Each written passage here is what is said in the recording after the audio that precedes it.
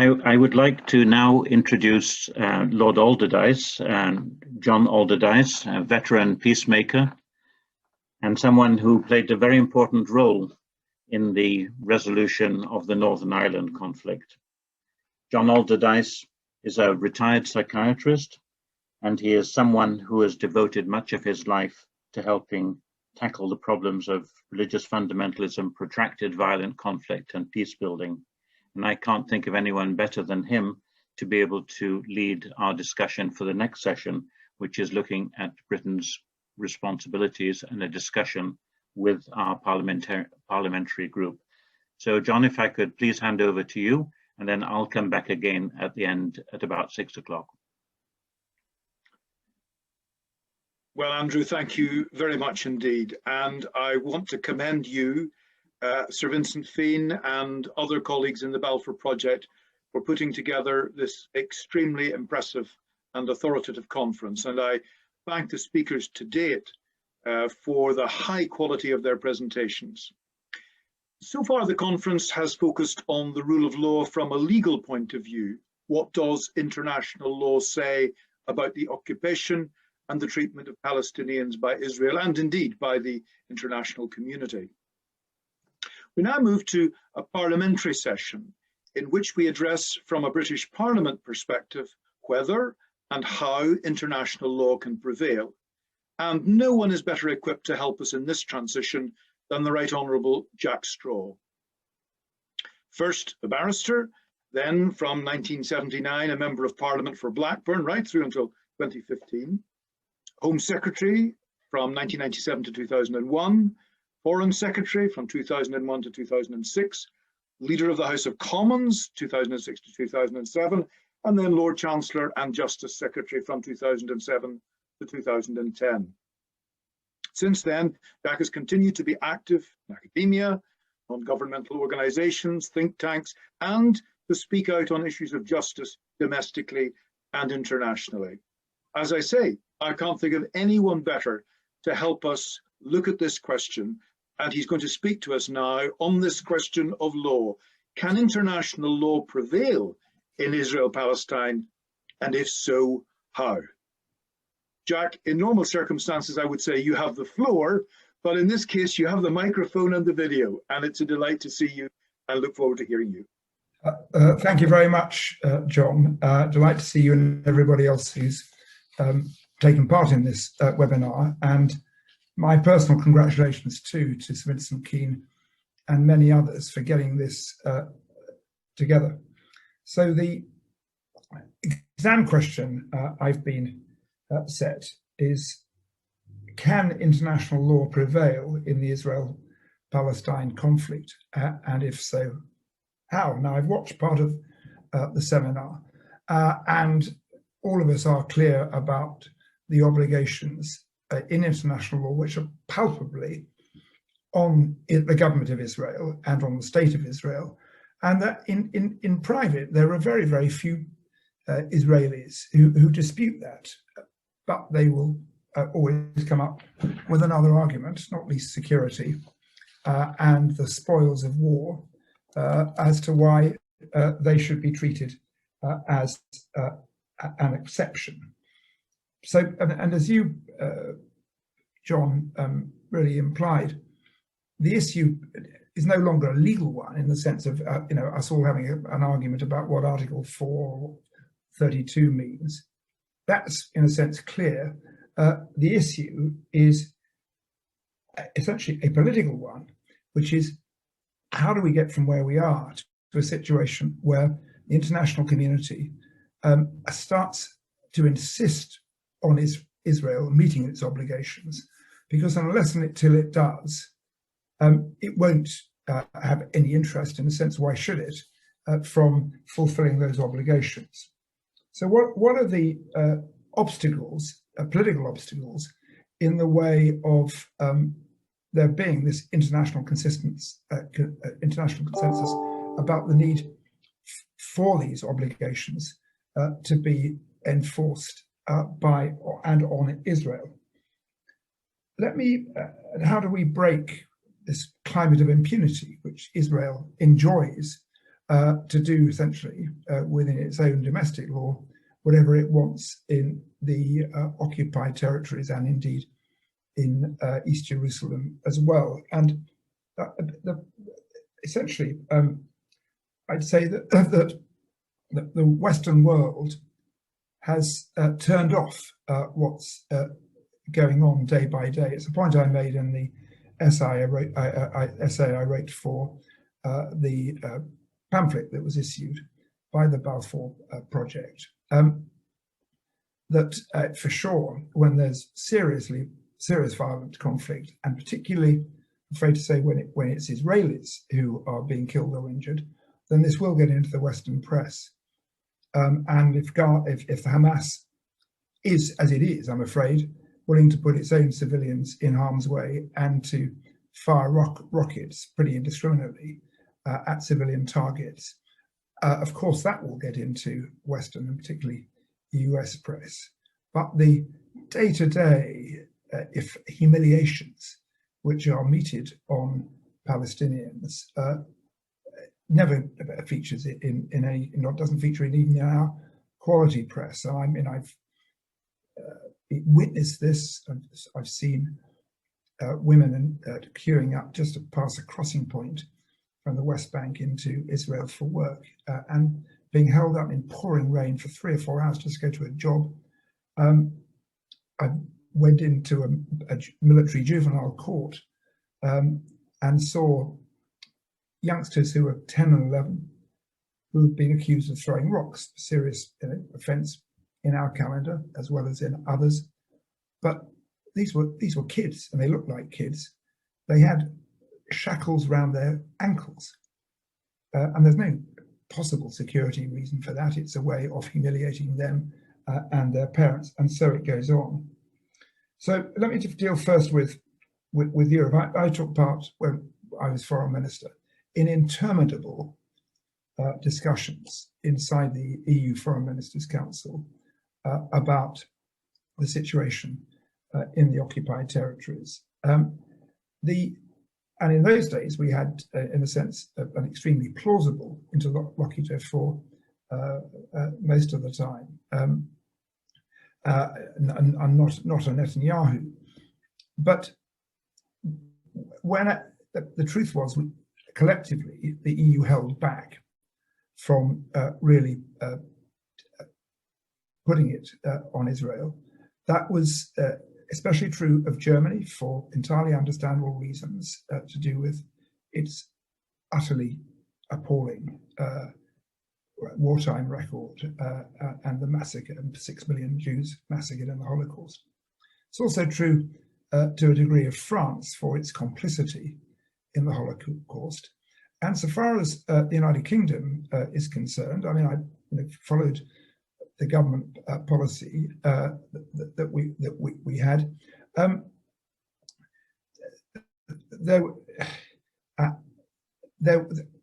know as it were, was a symptom of that ambiguity of seeking to somehow use slightly different language in respect of Israel's actions which were unacceptable, as opposed to those of the Palestinians. And that, of course, is reflected in, to a much greater degree, in the United States, which has always seen itself as a protector of Israel. Its support for Israel when it was created was unconditional, in contrast to that at the time of the United Kingdom. And they continued, obviously, to be the major suppliers of arms to Israel, and to essentially to protect Israel's back in all international fora, including the United Nations and its agencies and courts. Now, so the challenge to all of us is essentially, how do you break down both that ambiguity and complacency in Europe and the prevailing view in Israel, that Israel is always to be backed, right or wrong. I mean, the answer to that is this is really hard and painstaking, and it will also involve us in some difficult issues so far as organisations like Hamas are concerned. So far as the US is concerned, there is some, I think, shift taking place, and there are many American Jewish people are actually very hostile to Netanyahu and his approach to politics. And of course, there is now a small but vocal lobby amongst the Democrats who are seeking to speak out very strongly against the Netanyahu view of the Middle East. But the power which the Israeli lobby is able to exercise in the United States is astonishing by any European standards. Through the American Israeli Public Affairs Committee, which has got astonishing financial resources and is able to make use of the effective absence of any control over political spending in the United States, in sharp contrast to the rules which I introduced in 1999, which strictly control spending here. And the effect of that is that first of all, AIPAC and its offshoots will back those who want to give unconditional support to Israel. Secondly, that if there are politicians who speak out about, not about Israel's right to exist, of course they don't do that, and none of us should, but about Israel's unacceptable actions, particularly in the West Bank and Gaza and East Jerusalem, then they are subject to an onslaught, a barrage of campaigning ads and all sorts of stuff to undermine their position and to cut their vote. And in a situation in which members of the House of Representatives are up for election every 2 years, that makes for them a great insecurity amongst those lawmakers. And that is reinforced by the way the media report the conflict, only, as I say, really reporting it when there's any kind of hot war going on.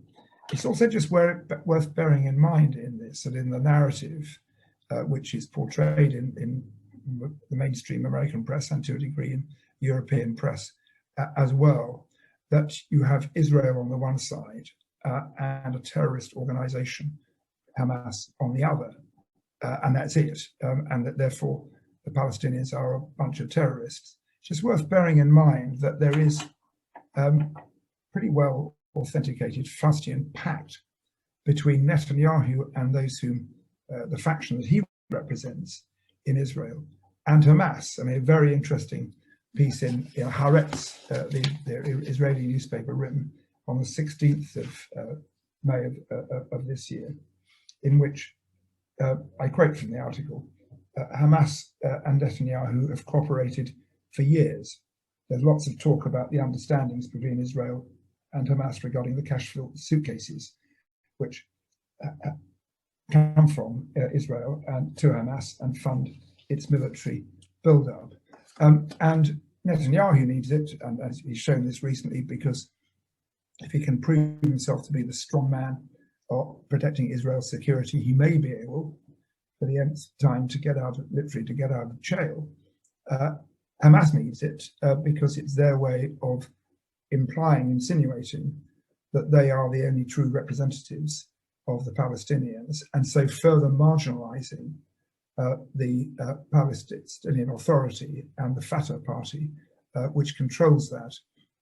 And I mean, that's a really serious aspect of this, the way in which Fatah is quite explicitly being marginalized, not only by its political competitors within the occupied territories, but also as part of a concerted campaign by Netanyahu and the faction which supports him. So the next question is, how on earth do we cut through all this. As I said, first of all, by painstakingly making the case about the effect of Israel's failure to observe international obligations. And you've got to make that case not only at the level of the jurists to say this is what Israel's doing in aggregate and this is how they're breaking international law, but also in very, very specific terms. So, I mean, I'll give you one example. When I last visited Israel, which I'm afraid to say is about 6 years ago, I visited a settlement where, a community of Palestinians who are living in tents and shacks halfway down a hill. And there was a usual argument going on about whether they had title to their land. At the top of the hill, surrounded by high fence and barbed wire, there was an Israeli settlement, and of course their own road, dedicated separate road. The Israeli settlement had electricity, and it had mains water. The poor Palestinian community further down the hill not only had to put up with repeated and quite gratuitous incursions by the Israeli police and the IDF, but they had no electricity, they had to have a generator, and they had no running water. And so I found out how much their water was costing. They had a tank used to come in, and how much water was costing on this settlement. I wrote a piece about it in the Times, and it was really interesting that it produced a greater sense of outrage by people who were pro-Netanyahu than anything I could have said in Parliament or outside about the generalities of things. But it's this kind of granular detail, what goes on in military juvenile courts, the arbitrary arrests that we've heard earlier today, and also alongside that, we can't, if we're trying to take an approach of law, we have to call out the unacceptable practices of Hamas. I mean, I'm quite unapologetic about this. I introduced the year 2000 Terrorism Act into Parliament to deal with international terrorism, which was a rising phenomenon at that stage. And Hamas, the military wing of Hamas, was one of the first organizations which under that legislation, which I proscribed within British law, and it was followed by the EU as well, because it's in our interests to do the opposite of what Netanyahu is doing, which is to ensure that the more moderate forces, who've had a terrible time in Fatah and others amongst the Palestinians, are able to be given their voice and don't have, and yes, it's very hard for them because understandably the actions of Fatah and the reactions of the Israelis place Hamas right in the center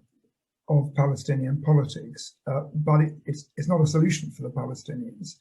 And in any case, since Hamas does place civilians in harm's way, there's no question about that, and they're willing to use them as battle fodder, much to the, frankly, I don't say to the slight of Israelis, but Israelis are happy that, in one sense, that should happen, because it feeds their narrative as well.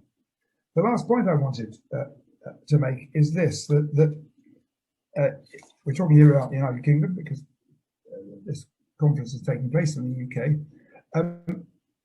There's a big issue for any British government about how they handle the United States and whether or not they can depart from the United States position on particular issues. And traditionally, regardless of which party has been in power, British governments have tried to work closely with the US.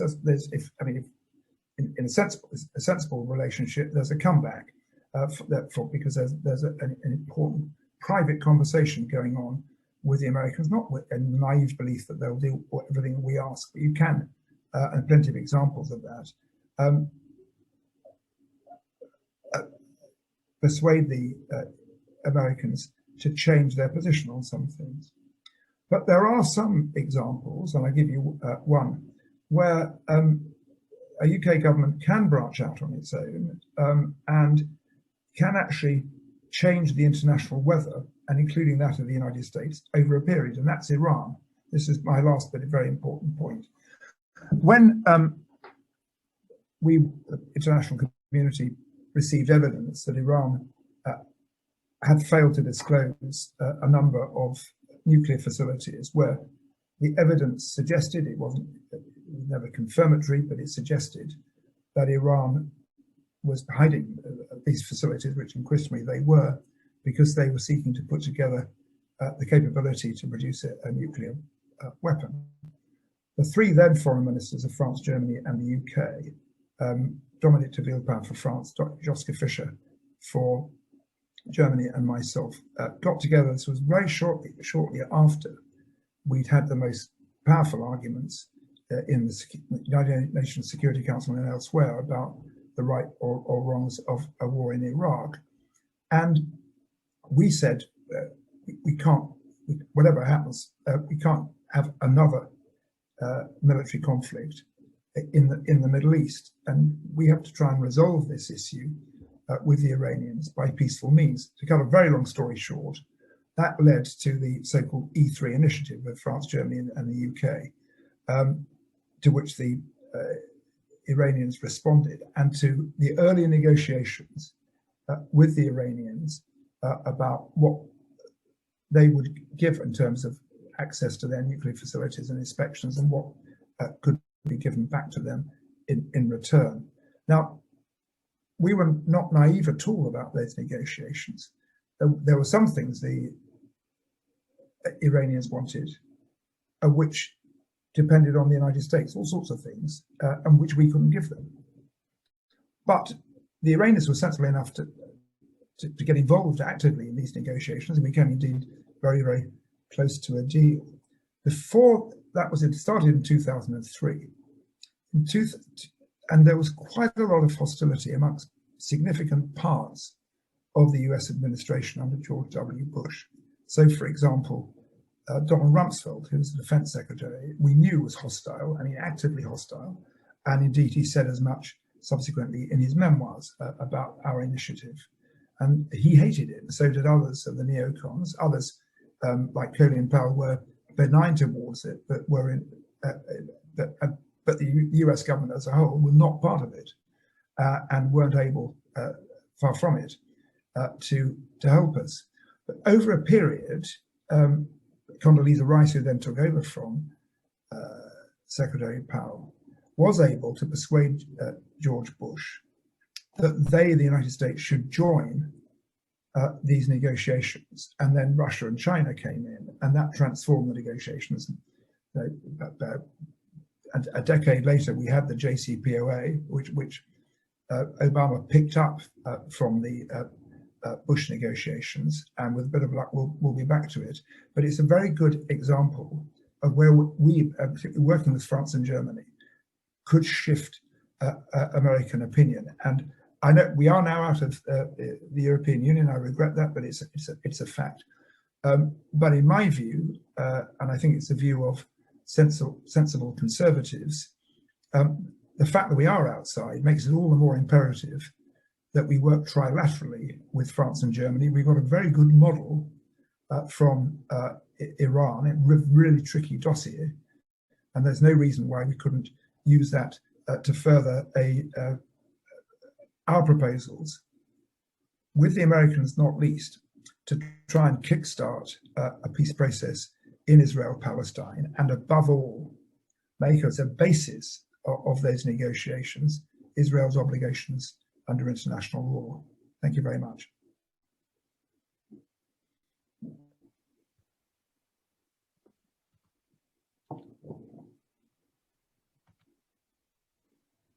Well, thank you very much indeed, We were just a little bit slow there on the technology to get things going again, Jack.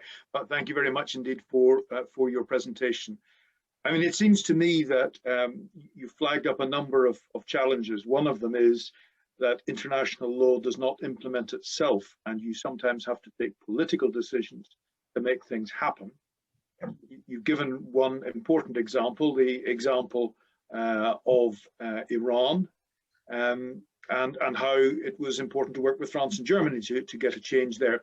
But in a sense, you've also pointed up why that's a problem with Israel, because both France and Germany have their own history, which makes it difficult for them to address some of the problems from the Israeli side. So I think you've flagged up a couple of important questions for us, and